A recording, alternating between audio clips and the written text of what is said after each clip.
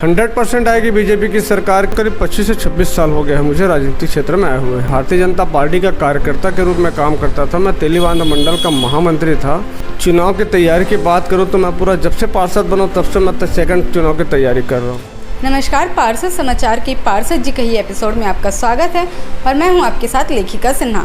हमारे कार्यक्रम पार्षद जी कही के जरिए हम आपको आपके क्षेत्र से जुड़ी जानकारियां देते हैं, साथ ही आपके पार्षद से मिलकर कुछ खास बातचीत करते हुए इनकी दिनचर्या का ब्यौरा लेते हैं। तो इसी कड़ी में आज हम पहुंचे हैं नेताजी सुभाष चंद्र बोस वार्ड क्रमांक 31, जहाँ के पार्षद हैं रोहित साहू, जिनसे आज हम कुछ खास बातचीत करेंगे। स्वागत है आपका। जी, आपका भी बहुत बहुत स्वागत है हमारे वार्ड में। सबसे पहले तो आप हमें ये बताइए, आप कितने बार के पार्षद हैं और राजनीति में आपकी शुरुआत कैसे हुई, क्या एजुकेशन रही आपकी? देखिए, मैं पहली बार का पार्षद हूँ और राजनीति की मैं सामाजिक दृष्टिकोण से पहले समाज सेवा में काम करता था, सामाजिक रूप में काम करता था और मेरे को करीब 25 से 26 साल हो गए हैं मुझे राजनीतिक क्षेत्र में आए हुए। आपकी एजुकेशन क्या रही है? देखिए, एजुकेशन मैं प्रीवियस के बाद ग्रेजुएशन नहीं कर पाया हूँ, लेकिन सभी चीज़ का नॉलेज रखता हूँ। कुछ गतिविधि, पारिवारिक गतिविधि के नाम से नहीं कर पाया था मैं। जी, आप हमें ये बताइए कि आप पार्षद कैसे बने और पहले जब आप पार्षद नहीं बने थे तब आपने वार्ड में क्या ऐसा देखा था कि आप सोचे कि मैं पार्षद बनूंगा तो ये कार्य ज़रूर करवाऊंगा? देखिए, आप बहुत अच्छा सवाल किए हैं कि आप पार्षद कैसे बने। देखिए, मैं थोड़ा देर पहले बताया कि मैं समाज के रूप में, सेवा के रूप में काम करता था और रही बात जब मैं पार्षद नहीं था लेकिन भारतीय जनता पार्टी का कार्यकर्ता के रूप में काम करता था। मैं तेलीबांध मंडल का महामंत्री था। उस समय 15 साल की भारतीय जनता पार्टी की सरकार थी।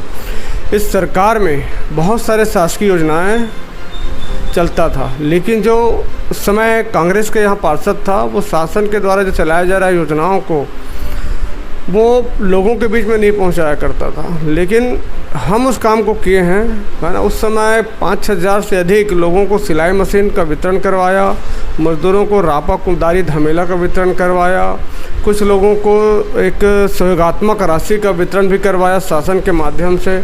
उस समय हमारे विधायक श्रीचंद सुंदरानी जी थे और हमारे मुख्यमंत्री डॉक्टर रमन सिंह थे। ये बहुत अच्छे योजनाओं को उन्होंने फॉलो किया था। आपने वार्ड में पार्षद बनने के बाद सबसे पहला बड़ा काम कौन सा करवाया था? देखिए, मैं पार्षद बनने से पहले मैंने एक टारगेट बना के रखा था, एक लक्ष्य बना के रखा था कि मुझे काम करना है। 5 साल के लिए मुझे, अगर मैं पद में आया हूँ तो कोई गतिविधि इधर उधर का नहीं करूँगा, सिर्फ विकास करूँगा, लोगों की सेवा करूँगा, शासन के द्वारा योजनाओं को मैं लोगों के बीच में पहुँचाऊँगा। मेरा प्रथम लक्ष्य था, हमारे क्षेत्र में शहीद स्मारक है, जय स्तंभ बोलते हैं अपन, जो शहीदों के नाम पे बना है, उसका जीर्णोद्धार कराने का मेरा लक्ष्य था। ये मैंने करवा दिया। और लक्ष्य था बड़े कामों का, जैसे शमशान घाट का। आज तक किसी ने उस कार्य को नहीं किया क्योंकि कुछ विवाद की स्थिति बनती थी, लेकिन मैं जनता के सहयोग और मेरे वार्ड वासियों के सहयोग से आज मैंने शमशान घाट का जीर्णोद्धार करवा दिया। आज बहुत अच्छे तरीके से उसका जीर्णोद्धार हो गया है। तालाबों की है, इसमें महत्वपूर्ण भूमिका हमारे पूरे सांसद जी माननीय सुनील सोनी जी के सहयोग हमें अच्छा प्राप्त हुआ, क्योंकि केंद्र से जो पैसा हमको मिला है उससे हम शमशान घाट का भी जीर्णोद्धार कराया, तालाबों का भी जीर्णोद्धार कराया। 3 तालाब है, तीनों के सौंदर्यीकरण हो चुका है। आपके वार्ड में युवा वोटर कितने हैं और उनके विकास के लिए आप क्या कुछ कार्य कर रहे हैं, जैसे खेल और शिक्षा के बारे में? देखिए, युवाओं को योजनाओं के आधार पर प्रोत्साहन करने का कार्य हम किए हैं। शासन के द्वारा जो भी योजनाएं होता है उनको बताया जाता है, उसका लाभ उनको मिलता है। आपके वार्ड में महिला वोटर कितनी और कितनी महिला समूह हैं? देखिए, महिला समूह तो यहाँ करीब 15 से 20 है, लेकिन महिला समूह जब तक स्वयं की एक्टिविटी नहीं दिखाता तो उनको इनका लाभ नहीं मिलता है। शासन के द्वारा हम और जो सीओ है उनके माध्यम से बैठक करवाते हैं लोगों की, है ना, और योजनाओं को जो इंटरेस्ट लेता है जो समूह, उनको फ़ायदा मिलता है। आपके वार्ड की महिला समूह है, क्या कुछ कार्य कर रही है? क्या ऐसी कुछ महिलाएं हैं जो कार्य में इसमें जुटी हुई हैं? देखिए, आपसी मजबूती के लिए इन्होंने अपना अपना काम कर रहे हैं, लेकिन शासन के द्वारा ऐसा कोई लाभ अभी तक इन लोगों को नहीं लिया। जैसे एक समूह बनाया है, विचारों पे है लोग हम कुछ करेंगे, बिल्कुल हम तैयार हैं। लोग सीओ के साथ बैठक भी करवा दिया हूँ मैं, और आगे लोगों का कुछ न कुछ योजनाओं का लोगों ने सोच के रखा हुआ है। आपके वार्ड में जल भराव की क्या स्थिति है? देखिए, मैं पार्षद नहीं था, इसलिए गायत्री नगर एक जल भराव क्षेत्र के नाम से जाना जाता था। वहाँ का नाला है जो 3 वार्डों को प्रभावित करता है। एक नेताजी सुभाष चंद्र बोस, महर्षि वाल्मीकि, शहीद वीर नारायण सिंह वार्ड के जो मेन रोड है, मेन रोड पे नाली बहुत सक्रिय थी। उस नाली का चौड़ीकरण करवा दिया और नाला का भी जीर्णोद्धार करवा दिया। कुछ काम बचा हुआ है नाले का, जो भी कंप्लीट हो जाएगा। उसके बाद से गायत्री नगर में 80% जल भराव ख़त्म हो चुका है। आपके वार्ड में बीमारियों को लेकर क्या कुछ कार्य जारी है? ठीक है, बीमारियों ऐसा कुछ हमारे वार्ड में तो ऐसा नहीं आया है, लेकिन एंटी लार्वा का छिड़काव और फॉगिंग और ब्लीचिंग का छिड़काव लगभग हम करवाते रहते हैं बीच बीच में, और ये कंटिन्यू चलते रहता है।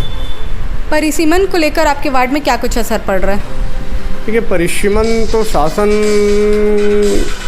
के प्लानिंग के साथ उन्होंने तो कर तो दिया है। इसमें से मेरा एक बड़ा क्षेत्र है अनुपम नगर, जो एक बीजेपी बेल्ट के नाम से जाना जाता है, वो मेरे वार्ड से हटकर काली माता वार्ड में चला गया है, जिस पर मैंने अभी आपत्ति दर्ज किया है। कलेक्टर महोदय को दिया है, आयुक्त महोदय को दिया है, और हमें क्षेत्रीय विधायक जी को भी दिए हैं। 6 महीने में नगरीय निकाय चुनाव होने वाले, इसे लेकर आपकी क्या कुछ तैयारी है? क्या आप फिर से चुनाव में उतरेंगे? देखिए, चुनाव की तैयारी की बात करूँ तो मैं पूरा जब से पार्षद बना तब से मैं सेकंड चुनाव की तैयारी कर रहा हूँ, क्योंकि उद्देश्य हमारा है काम करना, विकास कराना, लोगों को लाभ पहुँचाना, उनकी कुछ समस्याओं को, जन सुविधा समस्या है, पानी, बिजली और सफाई, ये विशेष रहता है और इसको हम विशेष ध्यान देते हैं। और तैयारी तो हम हैं, अब नेक्स्ट चुनाव भी हम लड़ेंगे, पार्टी जैसा आदेश करेगा वैसा हम काम करेंगे। अगर चुनाव का टिकट नहीं मिलता है तो आप क्या निर्दलीय चुनाव लड़ने वाले हैं इस बार? देखिए, ऐसा हम विचार नहीं कर सकते, क्योंकि हम भारतीय जनता पार्टी के कार्यकर्ता हैं और भारतीय जनता पार्टी जो आदेश करेगी वही हम काम करेंगे। नगर निगम में काफ़ी समय से कांग्रेस की सरकार है, क्या लगता है इस बार बीजेपी की सरकार आएगी? 100% आएगी बीजेपी की सरकार, क्योंकि ये भारतीय जनता की पार्टी की सरकार है। ये सभी योजनाओं पर ध्यान देते हैं, खासकर माताओं बहनों के ऊपर विशेष ध्यान देता है, क्योंकि मातृशक्ति सबसे बड़ी शक्ति होती है और उनको पारिवारिक लाभ पहुंचाना इस सरकार का उद्देश्य है। किसानों को भी लाभ पहुंचाने के सरकार के उद्देश्य है। और नगर निगम में भी लगातार 3 बार महापौर कांग्रेस का रहा है, और ना वार्ड का कभी विकास हुआ है, ना शहर का विकास हुआ है, ना रायपुर नगर निगम का किसी प्रकार का कोई विकास हुआ है। जितने विकास आपको दिख रहे हैं भारतीय जनता पार्टी के 15 साल की सरकार का विकास है। इन्हें कोई उपलब्धि इस कांग्रेस सरकार में नहीं मिला है और ना मिलेगा, लगता है, ऐसे उम्मीद है। ये जनता कहती है और जनता बिल्कुल बदलाव चाहेगा। इस बार महापौर भारतीय जनता पार्टी की सरकार की बनेगी। अभी आपने बोला कि 3 बार लगातार कांग्रेस की सरकार रही लेकिन कोई विकास नहीं हुआ, फिर भी कांग्रेस लगातार सरकार में आते रही, इसे लेकर आप क्या कुछ कहना चाहेंगे? जब विकास नहीं हुआ तो फिर कांग्रेस क्यों आई? देखिए, मतदान है, मतदाता क्या करती है ये चुनाव के समय पता चलता है, पहले से नहीं। लेकिन 3 बार के बाद सब जनता अब उब चुकी है इस महापौर से, कांग्रेस के महापौर से। इस बार पूर्ण रूप से ठान ली है कि इस बार महापौर भारतीय जनता पार्टी की बनाएंगे। ये बिल्कुल रायपुर शहर नगर निगम में पूरा माहौल बन चुका है। अगर बीजेपी की सरकार आती है कौन नगर निगम में, तो इस बार महापौर कौन होगा? देखिए, ये तो पार्टी तय करेगी, संगठन तय करेगी, इस पर मैं कुछ नहीं बोल पाऊंगा, क्योंकि जो आदेश पार्टी करती है उस पर भारतीय जनता पार्टी के कार्यकर्ता काम करता है। अगर आपको पार्टी चुनती है तो आप महापौर बनेंगे? देखिए, ऐसा मेरी मंशा भी नहीं है। मैं अच्छे से काम करना चाहता हूं पार्षद बनकर, महापौर अभी नहीं बनना चाहता।